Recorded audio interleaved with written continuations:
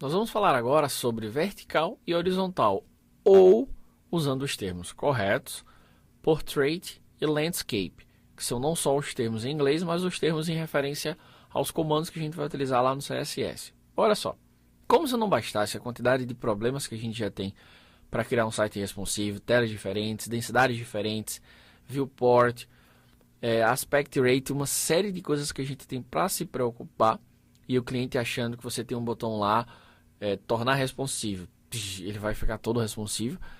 A gente ainda tem um detalhe que é horizontal vertical, ou retrato paisagem, portrait landscape.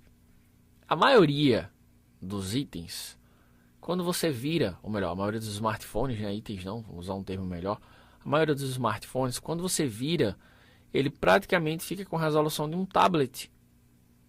E convenhamos, a resolução de um tablet é basicamente a resolução de um monitor de 14, 15 polegadas.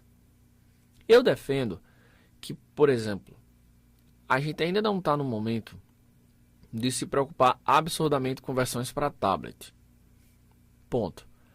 Durante o curso, você vai perceber, quando a gente chegar no projeto responsivo, você vai perceber que a gente vai analisar a situação. Eu não vou simplesmente dizer, pessoal, agora a gente vai criar o projeto e o projeto vai ser esse. Vamos lá, vamos botar a mão na massa. Não vai ser desse jeito. O projeto desse curso ele vai ser completamente diferente em relação aos outros que a gente já criou aqui no curso IAG. Esse projeto a gente vai analisar. A gente vai ter um curso de estrutura de design, na verdade. A gente vai entender por que cada item está naquele layout e por que cada item que está naquele layout está onde está. Quantos anos de experiência, quantos anos de testes para chegar à conclusão que aquele item tinha que estar ali. Com isso, a gente chega a conclusões, por exemplo, de quantas pessoas estão acessando o site da gente via tablet e estão tendo experiências ruins. Você testou? Você foi lá no tablet e acessou?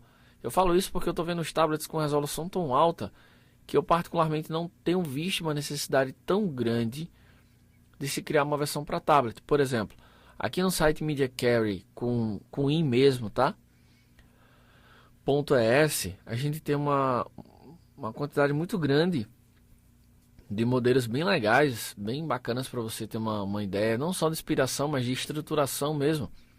Você percebe que do layout no monitor grande para um monitor razoável para um monitor pequeno, a gente não teve diferença.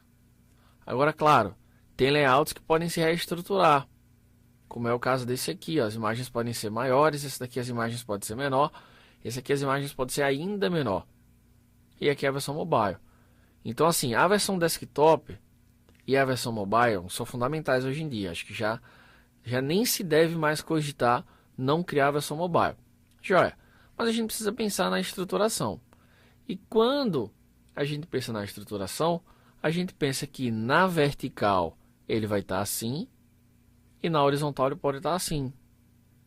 Por quê? Porque como eu mostrei lá naquele link, eu vou até carregar ele aqui novamente para vocês, para servir de referência. Deixa eu colar ele aqui.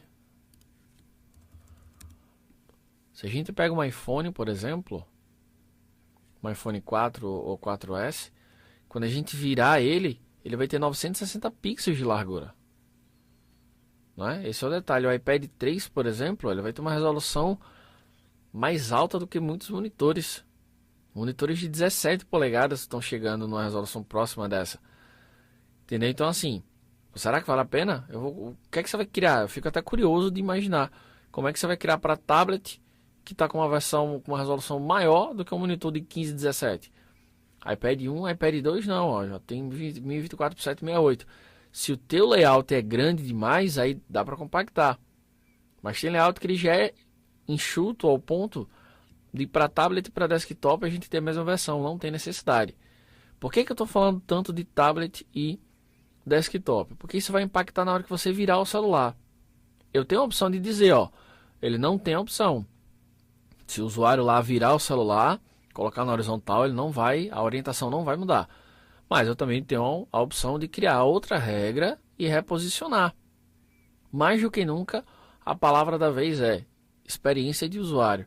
O usuário precisa ter experiência no dispositivo que ele estiver navegando. Se ele quer virar, ele tem que ter experiência de quem está navegando com o celular na horizontal.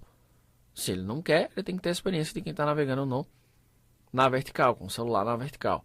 O mais importante é você analisar a situação. Se você nunca parou para fazer isso, você vai ver aqui no curso como eu faço a análise para chegar à concepção de um layout.